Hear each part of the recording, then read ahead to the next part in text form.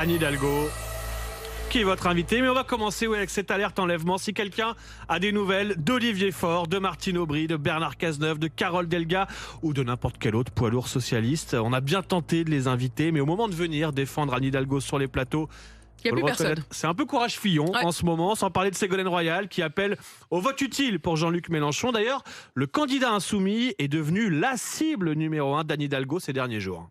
Quelle ville, quel département, quelle région son mouvement a-t-il gagné avec ce sectarisme?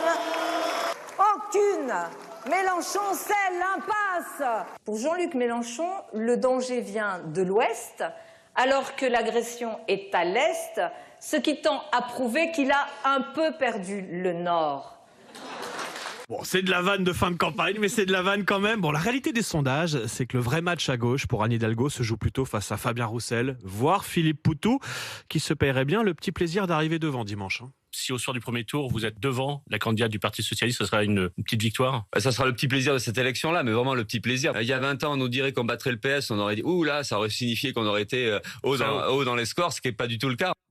Alors attention à Pauline. J'aime bien parce qu'il assume complètement. Non, franchement, on n'est pas haut, faut pas non plus déconner, mais c'est eux qui sont quand même très très bas. Bah oui, mais c'est ça, ce petit plaisir pour Philippe Poutou dimanche, mais tout à l'heure, n'allez pas parler des sondages à Anne Hidalgo, car comme elle l'a rappelé hier soir chez Brut... À 1,5% dans les sondages, pourquoi continuer? Parce que moi, les sondages, je vais vous dire, j'en ai rien à foutre. Voilà, c'est pas son sujet. D'ailleurs, cette présidentielle... c'est plus confortable, c'est vrai. Oui, c'est plus pratique. Même d'ailleurs, cette présidentielle, c'était pas vraiment son rêve. Est-ce que vous vouliez être présidente de la République quand vous étiez petite? Pas du tout. Alors vraiment pas. Je rêvais d'être bergère, chanteuse, danseuse étoile, voilà. Mais pas présidente de la République.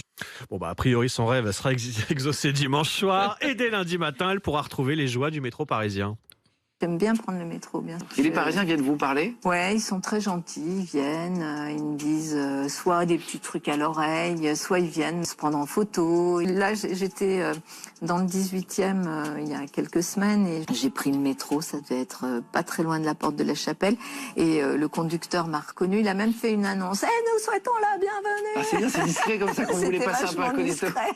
Mais il était très sympa. Donc rendez-vous lundi matin, si vous croisez Anne Hidalgo, n'hésitez pas dans le métro à lui glisser des petits mots doux à l'oreille, ça réconfortera.